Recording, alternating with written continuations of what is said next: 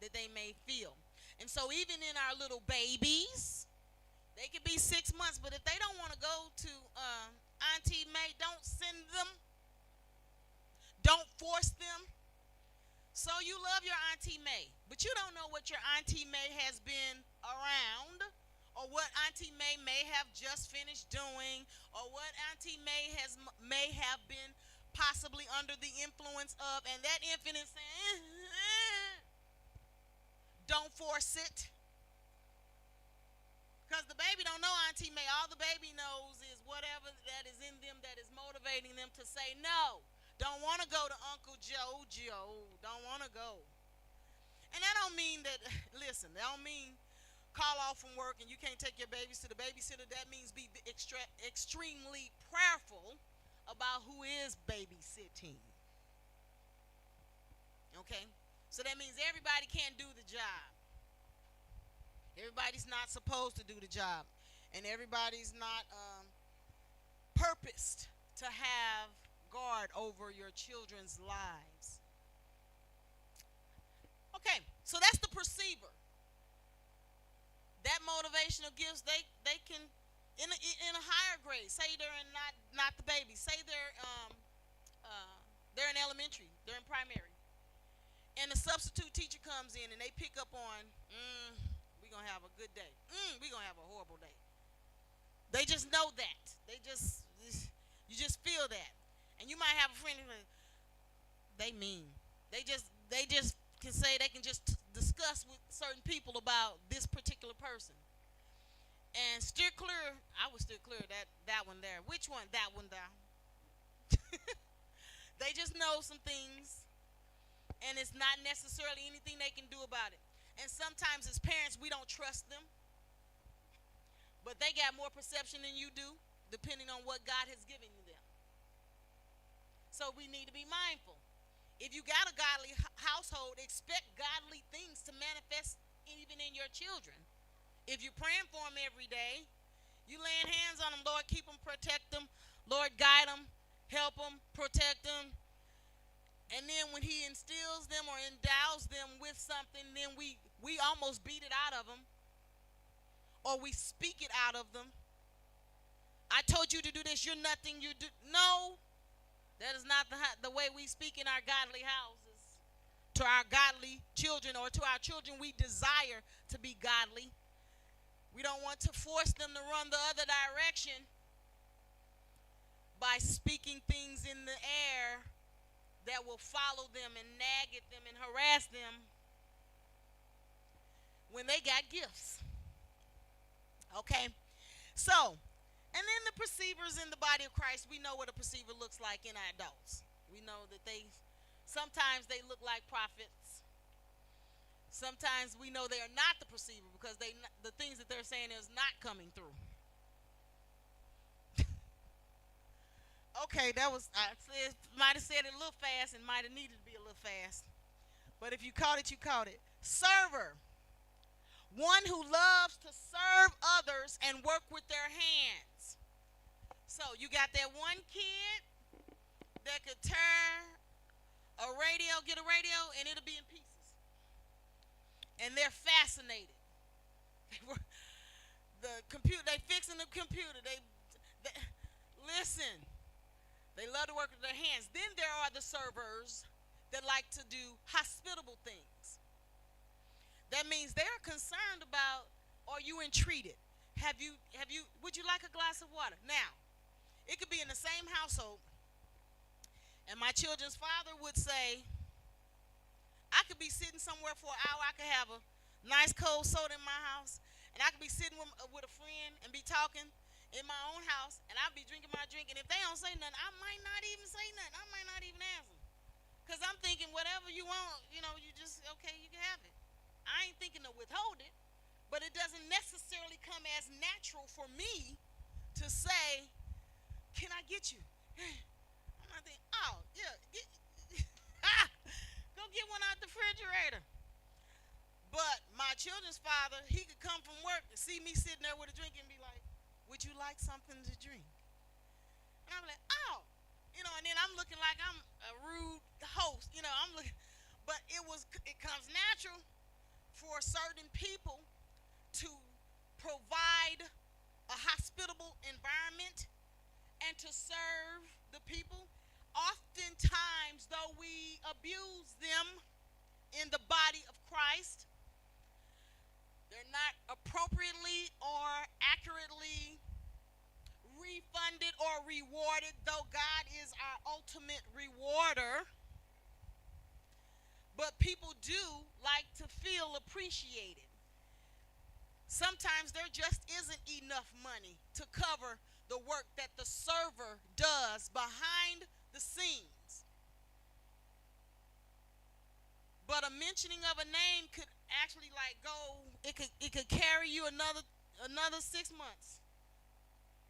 Just acknowledging that there was some work put in for it to look like or to taste like or to appear like it has. Thank you. Thank you. I've been sequestered by the Lord. I can't eat or drink.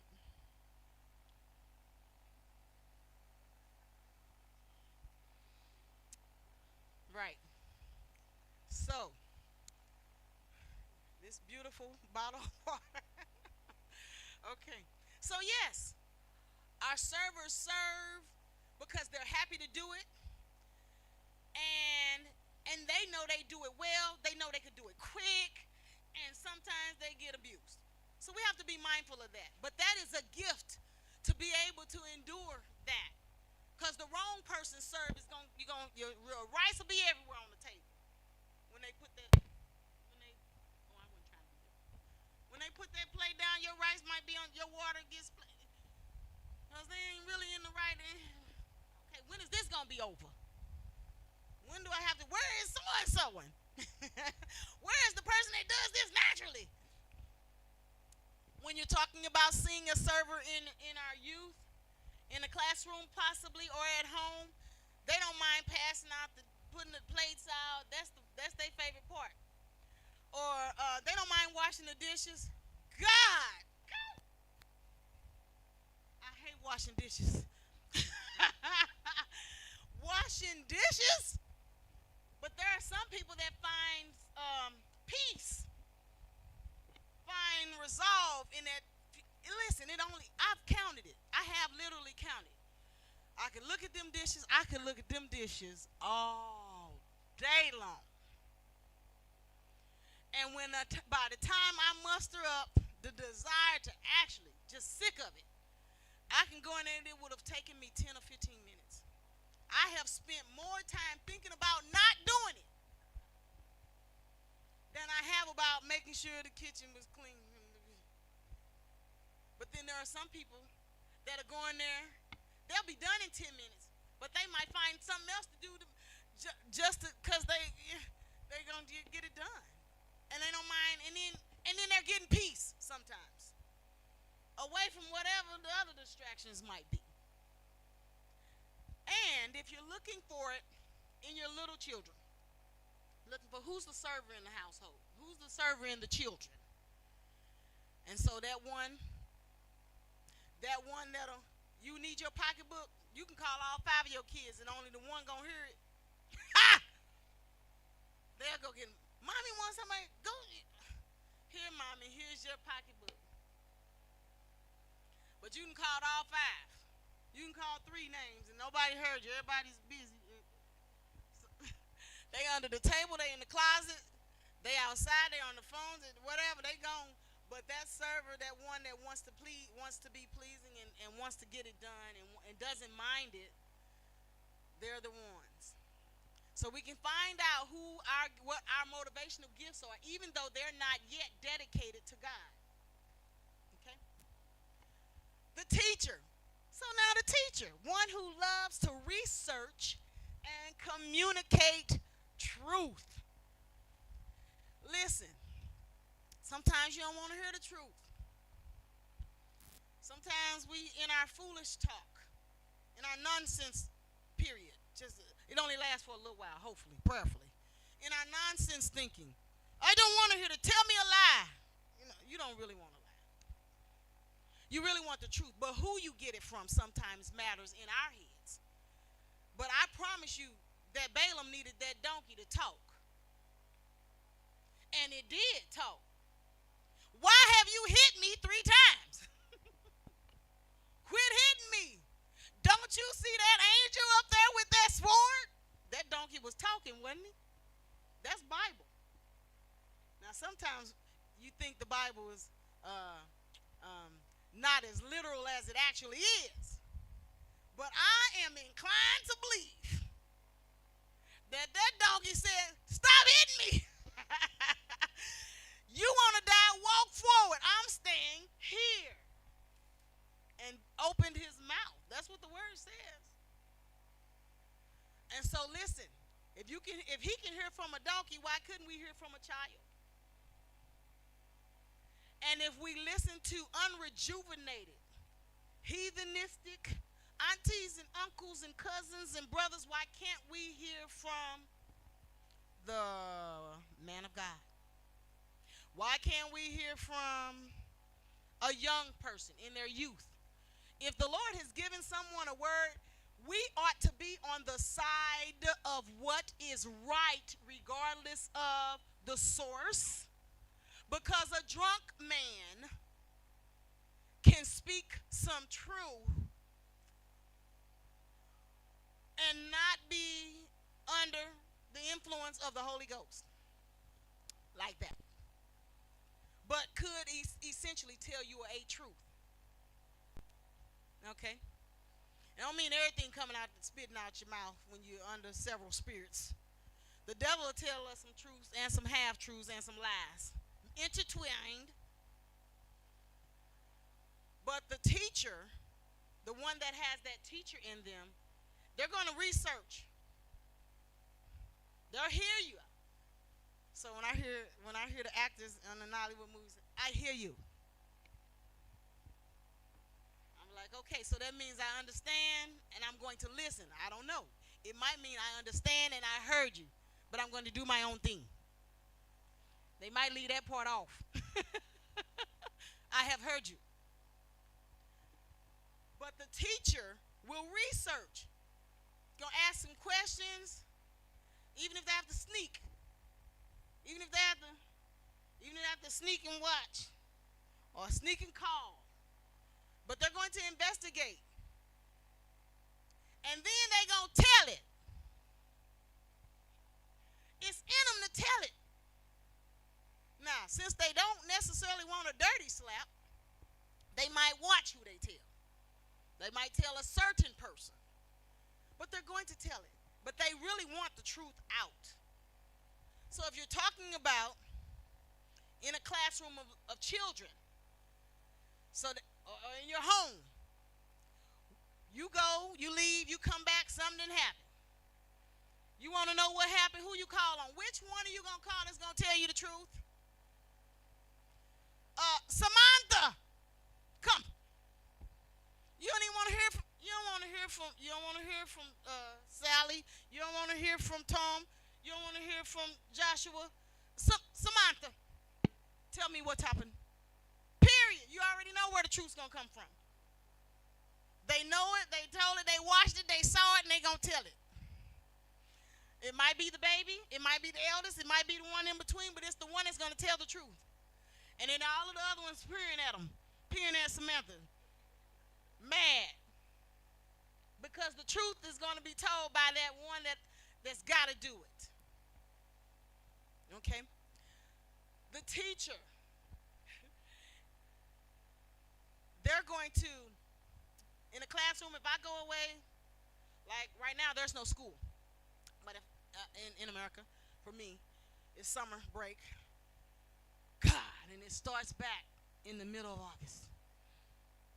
And so,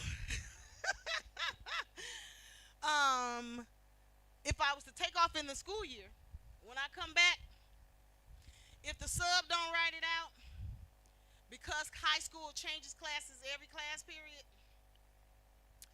sometimes I may say, leave a note and say, this person is your helper. This person is going to do this. I might take the time to do that. Or I might, if I depending on my time, I might just wait and see whatever the sub come up with, cause they know their assignment. I've already given them their assignment. So they're pretending like the sub didn't give me the work. Don't go for me. I don't get to hear that. I don't care to hear that. You knew before I left. I told you I'm gonna be gone on Friday. Act a fool if you want to. My assignment better be turned in online. Period. Turn it in. They can skip class if they want to. That assignment better be in. And that's how I operate. But it used to be a time when you couldn't, and you really depended on telling the sub everything they needed to know to get it done. And depending on, I don't want to hear from you. What happened? And what you see? Get my 2 or 3 out of the 30, 25, and I get the story straight. And if the teacher researches and finds out that what was shared by them or someone else was in error, there's no condemnation for that person. They don't have a problem saying, oh my God, this is what actually happened. This is what I found out when I did this. And they will correct the information. And so, there's no, you told me so and so and so and so, and then I never tell you the whole story. It's, I got the whole story and I need to update you. It's like a reporter. It's kind of like I'm reporting the news. Oh, I said so and so, but look, this is what I didn't tell you. I needed to tell you. They're gonna make sure you know the full truth. Okay, and so we should appreciate that in our children, even when it's telling us that we wrong. Are you godly and humble enough to hear the truth? There are some families in St. Louis, in the United States, that feel like because it's only 3 of us, if one kid fights, then all of the kids have to fight. Or because there's 15 of us, we come as you hit one, we all got to dog you out. We all got to fight you. We all got to beat you up. We all got to be angry at you. But I beg a bit. Come now. Weigh your actions and your fight against truth. Do not join a reckless number of individuals from 1 to infinity in being in error against one of God's children, regardless of how wrong they may have been.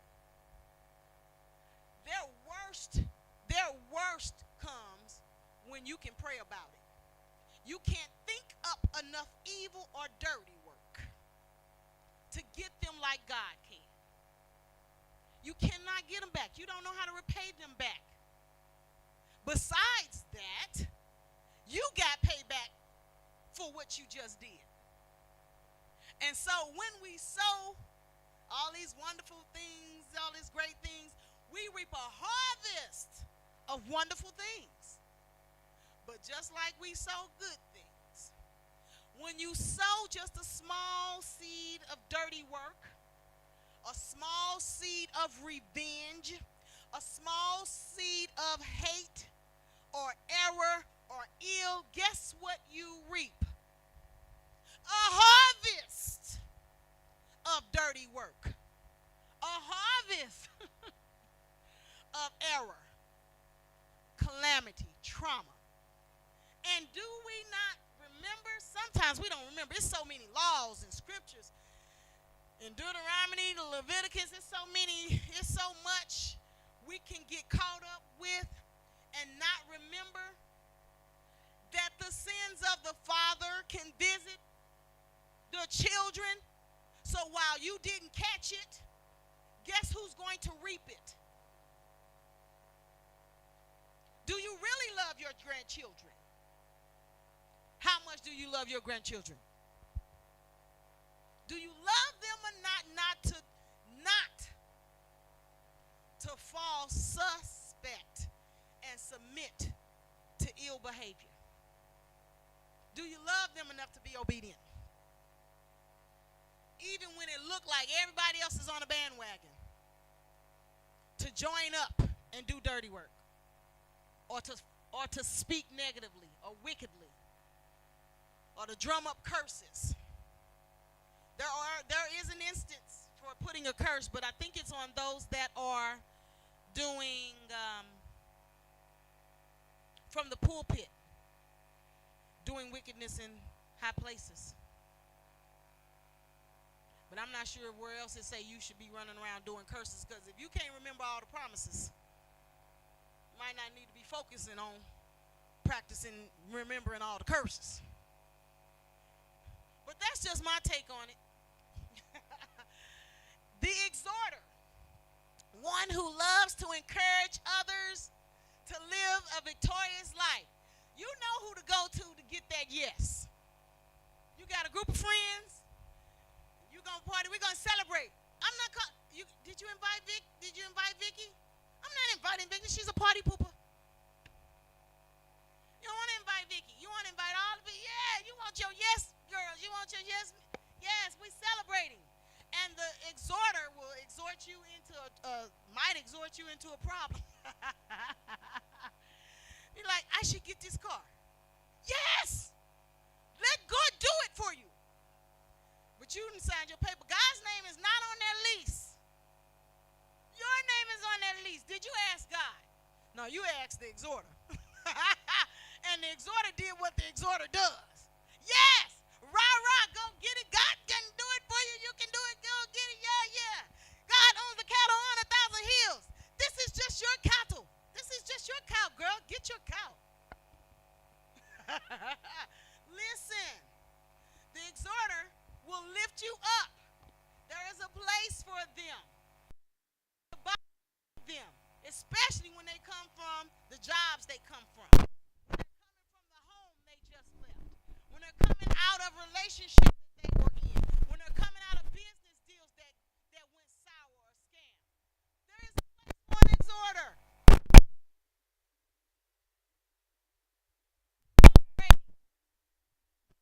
The edification of the body. This is how we stay whole. This is how we stay sane in this crazy. By using our gifts to lift one another up, to meet our spiritual needs, and to keep us thinking kingdom. Everybody wants to go to heaven, but not today. I want to go to heaven, not today. I had to go to sleep. Thank you, Jonas. The Lord put a sleep on me. Put a sleep on you so you can rest in this Nigerian traffic on this Nigerian time. Man. Look. So, the exhorter in your children. If you find your children at home, they're the ones that's going to say, it's going to be okay, mommy. And they're the ones, if you've been teaching them right, that'll tell daddy, what God cannot do does not exist, daddy. What God cannot do does not exist, daddy. They'll feed you. If you put it in them, they'll spew it out. So that's in the home. That's at the school. The exhorter will, somebody's saying, I don't want to do it. And they're like, you can do it. Go ahead. Don't be shy. They got a spiritual gift, exhorter gift. They can encourage somebody. And so we look for them to encourage. All right, the giver, one who loves to give. And it ain't always finances. Ain't is a word in the English dictionary now. It ain't always money, but it can be. Sometimes it's time, and their time is valuable. Talent. They got these skills. You can give of your talent. You can give of your money and whatever you have, of your essence. The thing about the giver is that sometimes they are extremely selective about who they give to and why they're giving it. It has to make sense. God has given them that will. stewards over this resource. And that it is to be, and if it has been sanctified by God, then they access God for who? When? How much? All right. Sometimes he drop it in their spirit. Sometimes he'll say, wait some days. And he'll tell you, wait. I don't know. Let me check. Okay. But sometimes we want the giver to always be the giver. If you the giver all the time, then where is God coming in? I don't want to trust God. I'm going to Sister Nancy. Because Sister Nancy is a millionaire. She can afford it. But Sister Nancy is not God. And so Sister Nancy might, her talents or her finances, that million she might have, still has to be subject to God. And he knows just how to deal with his givers if the church really needs whatever the church needs. But you want somebody to pay for your wedding. Oh. Maybe not Sister Nancy. Maybe Sister Nancy can do something. Okay? But givers are very conscientious about where, if they gave it all out, how much would they have? If they gave it indiscriminately, just, oh, you want to, oh, here, oh, here, oh, here. And then when it's all gone, where are you? Scattered. You forgot and you don't pay back. They know well. They know well. Consult with the Lord. If it's time, if it's talent, if it's money. If you're a giver, you're a giver. You desire to give, but you still run it past God. But if you're not sanctified, meaning you ain't been blood washed, you ain't been baptized in Jesus' name, you ain't been filled with the precious gift of the Holy Ghost, you just have some money and you have a giving motivation. Then you give to your friends. And sometimes your family. Family first, friends first, whichever one you feel like you want to give to. You pick. But you're still a giver. There are some givers who are not saved. They're going to bust hell wide open, but they are givers. They have that in them, but it hasn't been sanctified or blood washed, and they're going to hell, but they're givers. Now, you might do good to get them saved. Focus on getting them saved. The other thing about givers is that when you see them in children, you send your kids off with a pack of crayons, you send them off with all of their supplies, they get to school, and they didn't, can I borrow your, can I borrow your blue?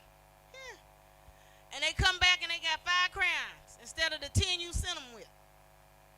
Where are your supplies? Well, they done gave all this stuff. You need paper? Here. But they're givers. So then you have to teach them. Teach them how to share. Or get in the habit of providing, because you're the resource, right? Then there are your little babies. If they got some ching-ching in front of them, and they eating ching-ching, and you come up and beg for a ching-ching, you got those who be like, And then you got those that might bite off of it and give you that one. That's the one you can have. And then there's the others that'll say, and we sharing and you picking out of my pocket. So there's levels to everything. Levels to everything. And even though I might have a motivational gift, I might be not as practiced with it. I may not have had an opportunity to express it or learn how to put it in action. I'm getting there. So I might bite you off. I might not give you none, depending on where I'm at. I mean, like, I might be an infant. I might be 6 months.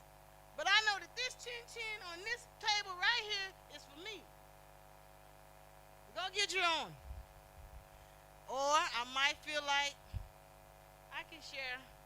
You get two chin chins and don't come back. And so, that's the giver.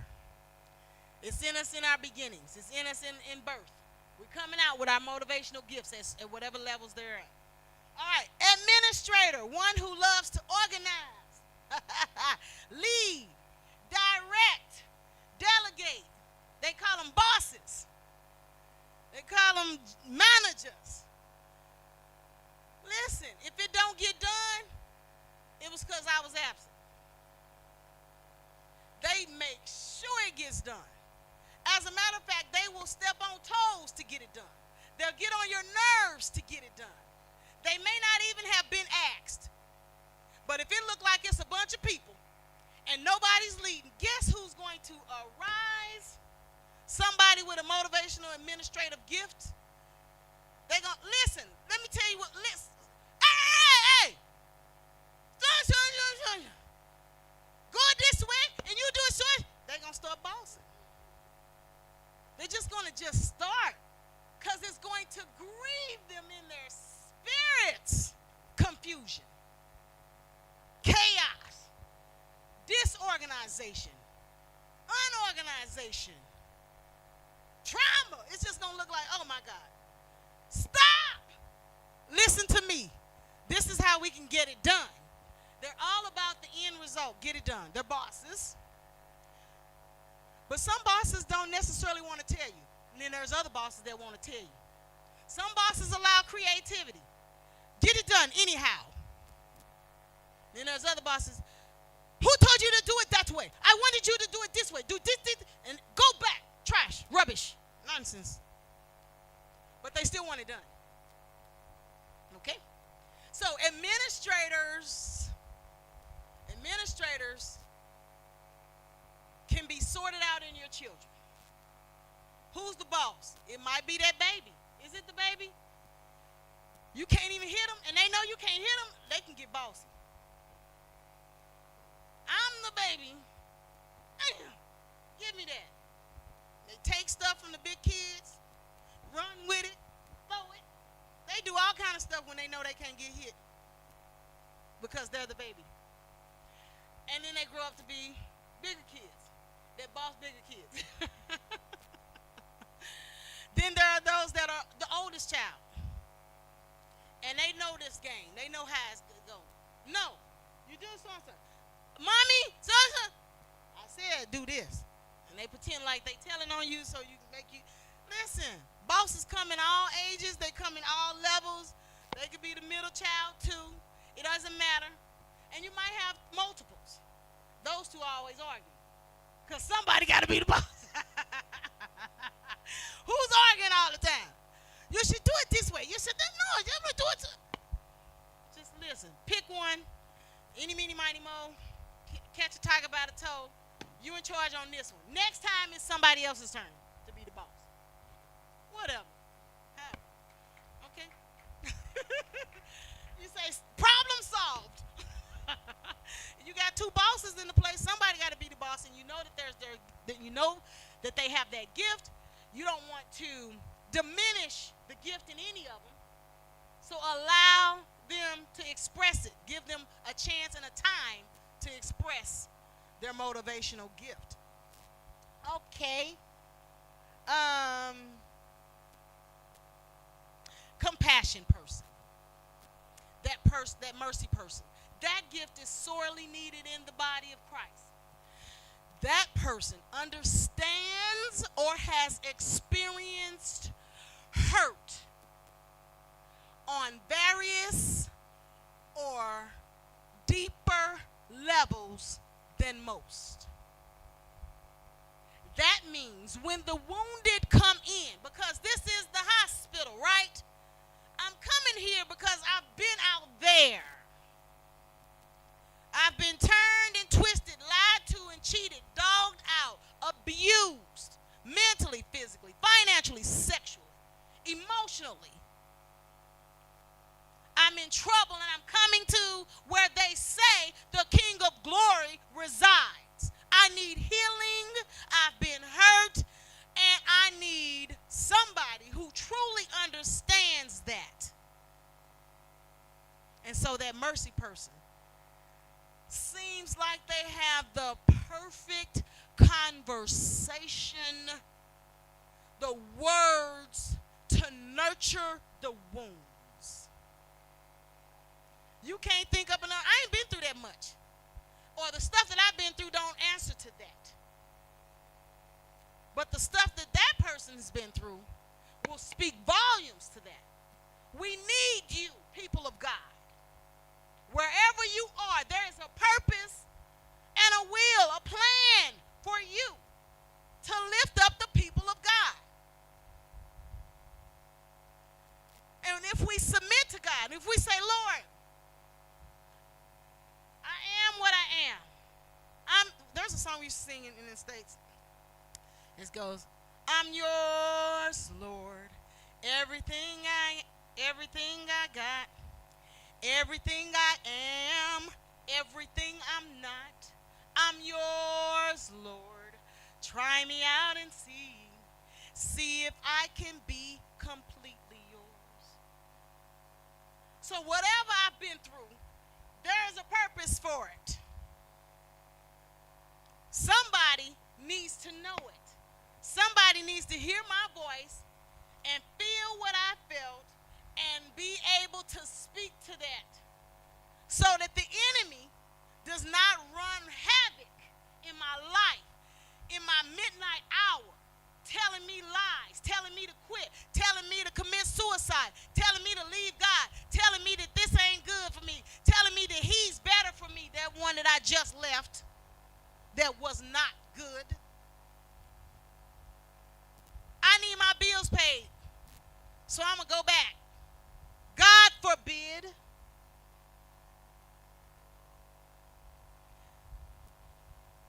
Any day, any trouble you experience in the presence of the Lord is better than any happy day you can imagine with the enemy. It just is. And the benefits are tremendous. And just like the harvest and the consequence and repercussion of sin can reach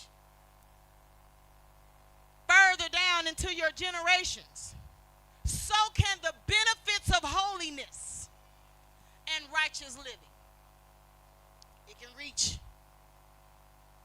You'll be like, somebody prayed for me. Who prayed for me? Jesus prayed for us all. Let's not forget. Not that we wouldn't experience any trouble. He didn't even pray that prayer. I was like, why couldn't he pray? We didn't have to experience nothing. No, he didn't pray that prayer. He didn't pray that we didn't go through nothing. He didn't pray that we wouldn't get our head knocked on. He prayed that our faith would not fail. Oh. Stay faithful. So our mercy person, there's a need for them. There is a purpose for them. And that gift is priceless. There's no price to put on it. There's no price. The person that receives the mercy and the nurturing can't pay for it. The person that's giving it and that has the words, there's no price that they could even accept for it. Pay me $1 million. They going to hell if they do. That is not godly. Pay for the gift that God has given you to bless the people. That's not godly. Okay? So there's no, these gifts, 7 motivational gifts, there's 7 motivational gifts, there's no reward. There's no reward outside what God can give you. But we are supposed to be moving in them. We're supposed to be active in them. We should know what they are. You might have heard something that's like, that's me. You might be, I do that, or I know somebody that does that. You might be able to do that by now, just by listening to that. But we are going to take an assessment next time. How much time do I have? What time is it? It's 12 o'clock. Look at God. Okay, next slide. Let me see where we are.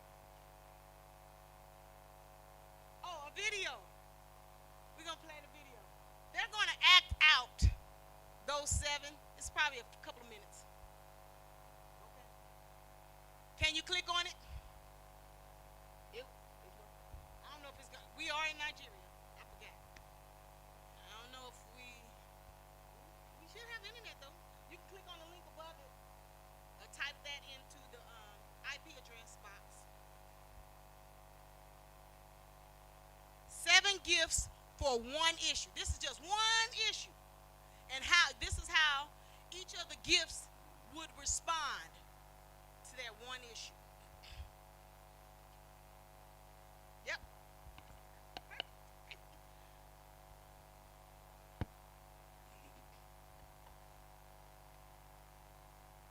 If it don't, I can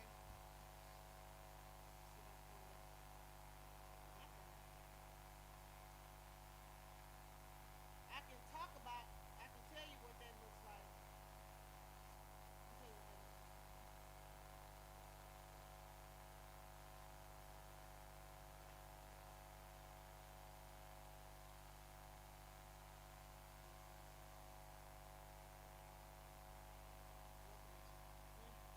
Okay, we done. It's okay. I'm just going to explain it.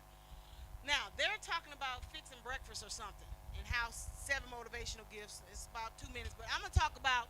Um, I'm gonna talk about the pregnant girl with no father, no husband. Okay, and how each one of the gifts will approach that girl. Okay, so go back to the slide. The slide before that. No worries. No worries. Yeah, the slide before it. Don't worry about it. It's just a couple of minutes, and it's kind of cheesy. Thought it was kind of funny. Before that, yeah, this it. This it. This it. So, so a guest comes in. It's a new person at the church. Young lady comes in, not feeling her best, feeling abandoned. About 3 months pregnant, can't see it. Ain't no belly, no belly. And a perceiver. So the perceiver sees her.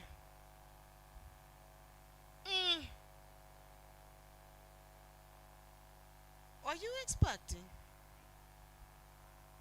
And they can see it. They can call it out. And you thinking, how did you know? They might even lie. No. Might even tell a lie. But the perceiver can see it and call it out. That's not necessarily a bad thing, not unless the perceiver has an issue with gossiping.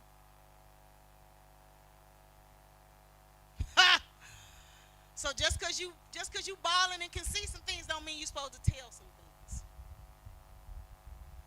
And don't mean that you're perfect. That means you got some other areas God need to work on. Right? So since nobody's perfect, hopefully the perceiver in the house is not a gossiper. But she is expected. So then who we got? We got the server. And so she's like, let me carry this for you. Come, auntie or mom, come, sister, come, friend, whatever. I'll do this. And they'll serve, they'll help. And you'd be like, thank you.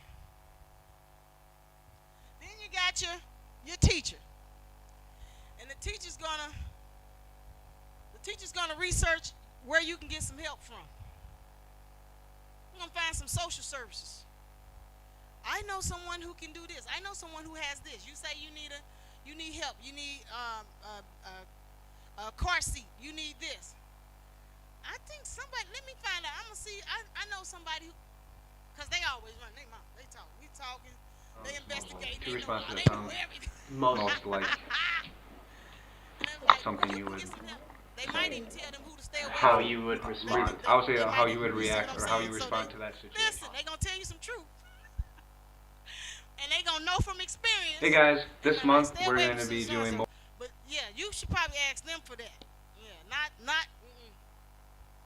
That's the teacher with that same one little pregnant girl. Okay. Here you come with the exhorter, And the exhorter is like, you can do this. Everything's going to be great. Listen, what God cannot do does not exist. They're gonna have their list of exhortations. God owns the cattle on 1,000 hills. Motivational spiritual gifts. In this, there's going to be 7 responses, and we would like you guys to choose 2 that best describe how you would react to that situation. So welcome to our series of the motivational spiritual gifts, and enjoy the clip.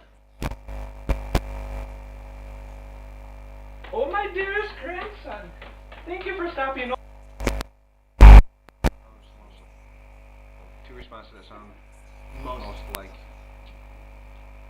something you would say. How you would respond. I would say how you would react or how you respond to that situation. Hey guys, this month we're going to be doing motivational spiritual gifts. In this upcoming clip, there's going to be 7 responses, and we would like you guys to choose 2 that best describe how you would react to that situation. So welcome to our series of the motivational spiritual gifts, and enjoy the clip.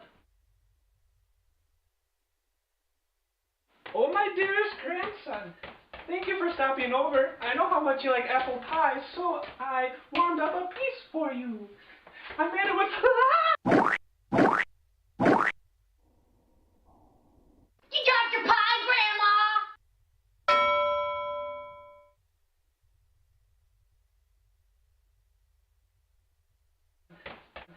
Thank you for stopping over. Grammy, you dropped your pie because you didn't have oven mitts on.